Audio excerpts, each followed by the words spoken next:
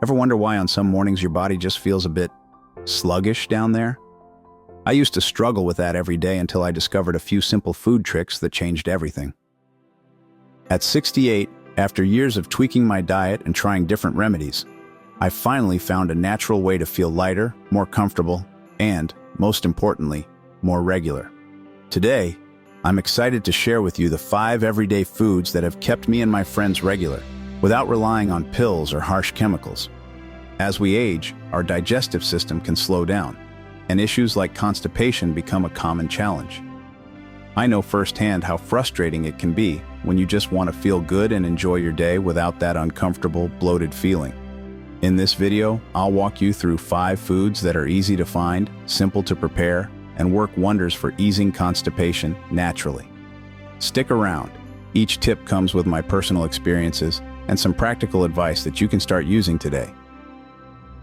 Food number 1, apples, the crunchy comfort you're missing. Have you ever walked past the fruit bowl and ignored the apples? I'll admit, I used to, thought they were just something for the grandkids to snack on when they visited. But let me tell you about my neighbor Bill. He's 72, lives 2 doors down, and he's the kind of guy who'd rather tinker with his old car than fuss over his diet. A couple of years back, he started grumbling to me over the fence about feeling stuck every few days. "It's just age," he'd say, shrugging it off. He'd tried prune juice, hated the taste, then some powdery fiber stuff from the store that left him bloated. Nothing seemed worth the hassle. One day, his daughter dropped off a bag of apples, those crisp red ones, and told him to give them a shot. Bill laughed. "What am I, a horse?" But he was desperate enough to try. Now, here's where it gets interesting. A lot of us think constipation needs some big dramatic fix, like chugging weird concoctions or popping pills that make you run to the bathroom. But sometimes, it's the stuff we overlook that does the trick. Apples aren't just a sweet treat. They've got this perfect combo of fiber, about 4 grams in a medium one, and water that works together to keep things moving. The secret's in the skin, though. That's where most of the fiber hides, so peeling them? Big mistake. Bill started eating one a day, usually with a little peanut butter because he's got a sweet tooth. Within a week, he was back at the fence, grinning. "I don't know what's in those things," he said, "but I'm not arguing with it." No more bloating, no more waiting around feeling off. He was sold. And here's the best part. It's so easy. You don't need a recipe book or a trip to some fancy health store. Grab an apple. Granny Smith, Fuji, whatever you like. Wash it and eat it whole. If your teeth aren't what they used to be, slice it thin, or even bake it with a sprinkle of cinnamon. Bill's trick is keeping a few on his kitchen counter so he doesn't forget.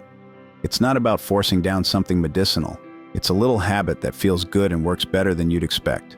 So next time you're tempted to skip the fruit bowl, think of Bill. 1 apple might just turn your day around. Food number 2, flax seeds, the tiny boost you'll wish you tried sooner. Do you ever sprinkle anything extra on your cereal or yogurt? I didn't either, not until my knees started creaking louder than my front porch and my digestion decided to take a vacation. Let me tell you about my friend Clara. She's 66, a retired nurse with a laugh that fills the room. A while back, she started feeling heavy, like her insides were dragging behind her.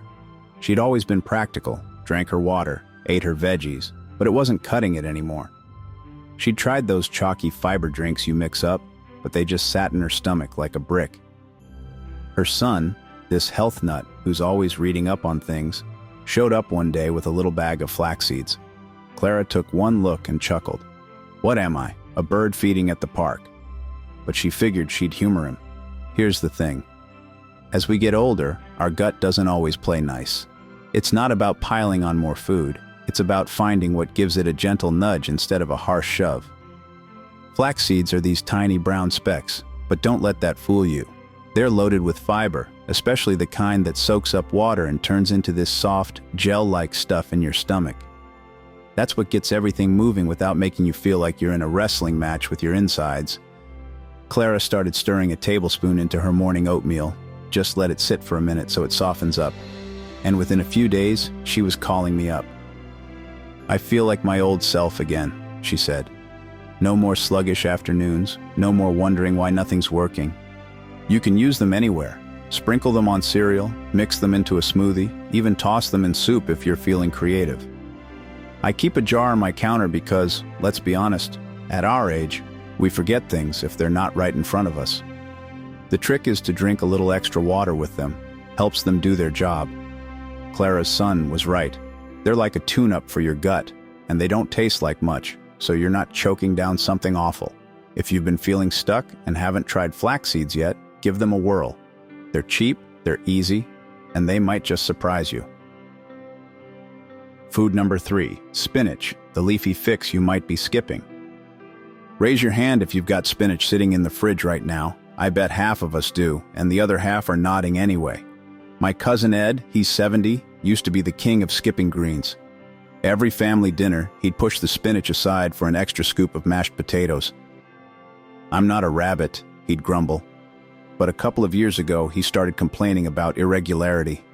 "Old pipes," he called it, like it was some badge of honor. He'd tried prunes, more coffee, even those over-the-counter things that promise relief but leave you doubled over. Nothing stuck. One Sunday, I was making soup and convinced him to let me toss in a handful of spinach. He rolled his eyes but said, "Fine, just don't tell the guys at poker night." Here's what I've learned. As we age, our systems get pickier. If we're not giving them enough of the right stuff, like greens, things slow down, and we feel it. Spinach isn't just some health fad. It's got fiber to bulk things up and magnesium that relaxes your gut muscles, so everything flows easier. Ed called me a week later, half laughing, half shocked. "I don't know what you did to that soup," he said, "but I'm not arguing." He felt lighter, less bogged down, and, his words, like a new man. Turns out it wasn't magic, it was just spinach doing what it's good at. You don't need to eat it raw if that's not your thing. Cook it down in a soup, sauté it with a little garlic, or mix it into scrambled eggs. I keep a bag of frozen spinach in my freezer because it's easier on my budget and lasts longer. Ed's hooked now. He even sneaks it into his pasta sauce when he thinks no one's looking. It's not about turning into a salad fanatic. It's about a little boost that makes a big difference. So next time you're staring at that spinach, don't shove it to the back. Ed's proof it's worth a try. Food number 4, lentils, the hearty helper you forgot about. Do you still make soup like you used to, or am I the only one with a pantry full of forgotten bags? My friend Marie, she's 69, used to let lentils sit on her shelf collecting dust until she rediscovered them in a big way. She'd been struggling with constipation ever since she cut back on meat, thought it was just something she'd have to live with. She'd tried bran muffins, extra water, even those fiber bars that taste like cardboard. Nothing clicked. Then one rainy afternoon, she pulled out her mom's old lentil soup recipe, half out of nostalgia, half out of boredom. She didn't expect much, but it changed everything. We tend to think beans are the go-to for digestion, but lentils, they're the quiet heroes. They've got tons of fiber, about 8 grams in half a cup, and they're easier on your stomach than some other stuff if you cook them slow. Marie started swapping them in for rice or potatoes once a week, and she couldn't believe the difference. "My afternoons aren't a slog anymore," she told me over tea. No more feeling weighed down, no more wishing she'd skipped that last bite. They're hearty, they fill you up, and they keep things moving without any drama. You can make a pot of lentil soup, add some carrots and a bay leaf if you're feeling fancy, or toss them into a stew. I soak mine overnight because it cuts the cooking time, and at our age, who's got hours to stand over the stove? Marie's trick is keeping a little container of cooked lentils in the fridge for quick meals. It's comfort food that fights back against constipation, and it's cheap too. If you've got a bag hiding in your kitchen, dig it out. Marie swears it's like her mom's still looking out for her. Food number 5, bananas, the sweet trick you're doing wrong. Ever grab a banana and think, "Oh, this is just for a quick energy boost"? I did too, until I realized I'd been eating them all wrong. My old pal George, he's 73, used to wrestle with digestion like it was a full-time job. He'd pop pills when things got bad, but they'd leave him cramped and miserable. One day at the senior center, we were chatting over coffee, and someone mentioned bananas. George rolled his eyes. "What's next, monkey bars?" But he was curious enough to listen. Turns out he'd been grabbing the green ones because they last longer. and that was his mistake. Here's the deal. Bananas change as they ripen. The green ones? They've got this starch that can clog you up. Great for kids, not so much for us. But those soft, spotty, ripe ones? They're full of fiber and potassium that ease things along naturally. George started having one after lunch. Just one, nothing fancy, and he swears it's like clockwork now. No more guesswork, he told me, and no more pills. The potassium helps your muscles down there stay in rhythm, and the fiber adds just enough bulk without overdoing it. Pick the yellow ones with brown spots. Too ripe is better than not ripe enough. Eat it plain, mash it on toast, or toss it in a smoothie if your blender's still kicking. I keep a bunch on my counter and let them ripen up. Saves me a trip to the store when I'm low. George says it's the simplest fix he's ever found, and he's not wrong. So next time you're at the grocery store, don't shy away from the spotty ones. They're your ticket to feeling good. Food number 6. Almonds, the snack that saves your day. Do you keep a little dish of nuts out like I do, or am I just old-fashioned? I used to munch almonds without a clue they'd help me stay regular. Thought they were just something to nibble on during card games. My friend Ruth, she's 67, found out the hard way they're more than that. She'd been feeling off for months. Bloated, sluggish, the works. She tried cutting coffee, thinking it was the culprit, but no dice. Then her doctor, this nice young fella, said, "Try a handful of almonds every day." Ruth laughed. "You're nuts." Sorry, I couldn't resist that one, but she gave it a shot because she was out of ideas. Here's why it works. Almonds have fiber, about 3 grams in a handful, and these healthy fats that keep things sliding along. But there's a catch for us seniors. You've got to chew them well. If you swallow them half whole, they won't do much, and your stomach will let you know. Ruth started keeping a baggie in her purse, about a dozen or so, and within a week, she was back to her chatty, energetic self. "I didn't think a snack could fix me," she said, "but I'm not complaining. They're not harsh like some fiber pills, and they taste good too. No chalky aftertaste here. Grab raw or roasted, doesn't matter. Just skip the salted ones if your blood pressure's a concern." I toss mine in with raisins for a little mix, or chop them up and sprinkle them on my oatmeal. Ruth's trick is pairing them with an apple. Double whammy, she calls it. It's a habit that feels like a treat, not a chore, and it might just save your day too. So next time you're peckish, reach for the almonds.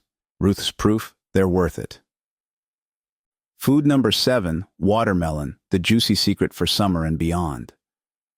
Think watermelons just for picnics or grandkids running around with sticky hands? I did too, until last summer flipped that idea on its head. My buddy Helen, she's 71, was feeling bloated all the time, even with her morning walks around the block. She'd tried teas, those fizzy supplements, even cutting out bread. Nothing seemed to shake that heavy feeling.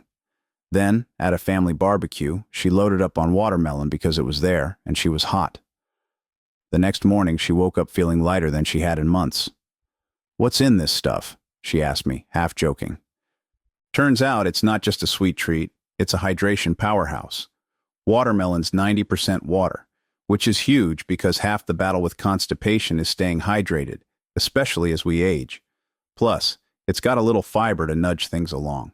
It's like a gentle flush for your system. No harsh jolts, just smooth sailing. Helen started having a slice or two a few times a week, especially in warm weather, and she swears she's never going back. "It's too easy to give up," she told me. "You can eat it fresh, cut it into chunks if your hands aren't steady, or freeze it for a cool treat when it's hot out. I keep a little bowl in my fridge because it's a nice pick-me-up.